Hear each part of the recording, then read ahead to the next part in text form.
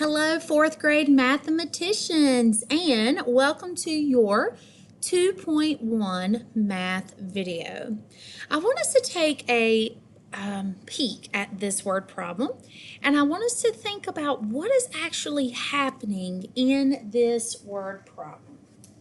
Okay? So the problem is Jamie's family visited their grandmother, who lives 634 miles from their house. On the first day, they drove 319 of those miles. How many miles did they have left to drive the second day? So what I want you to do is I want you to think about this word problem. I want you to picture in your mind what is actually happening in this story. Well, let's pick out the obvious. We know that Jamie's family's going on a trip. They're visiting their grandmother. The problem tells us how many miles they have to go to visit their grandmother. How many miles was that? If you said 634, good job. Now, we can see that maybe it's going to take more than one day to get there because it says on the first day they drove how many of those miles? If you said 319, that is correct. But is that all the miles that they have to drive? No, they still have some more that they need to drive. And what we have to find out is how many more miles do they have left to drive.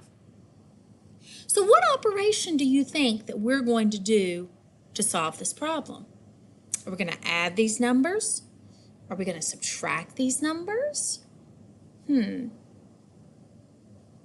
well, let's find out. All right, so in this investigation, as you saw, you're now on 2.1, not the 1 point anything. We're on the 2s. And we're going to be studying subtraction.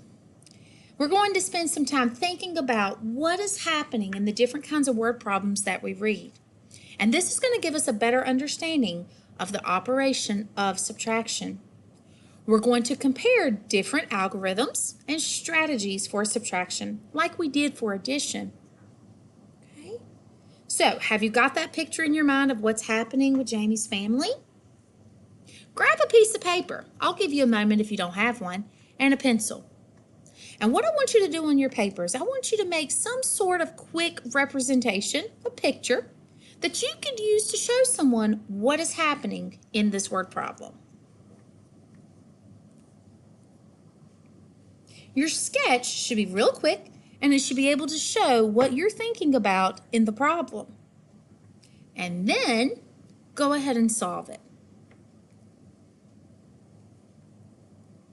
Now this will be the end of this video because I want to give you some time to solve this problem, okay?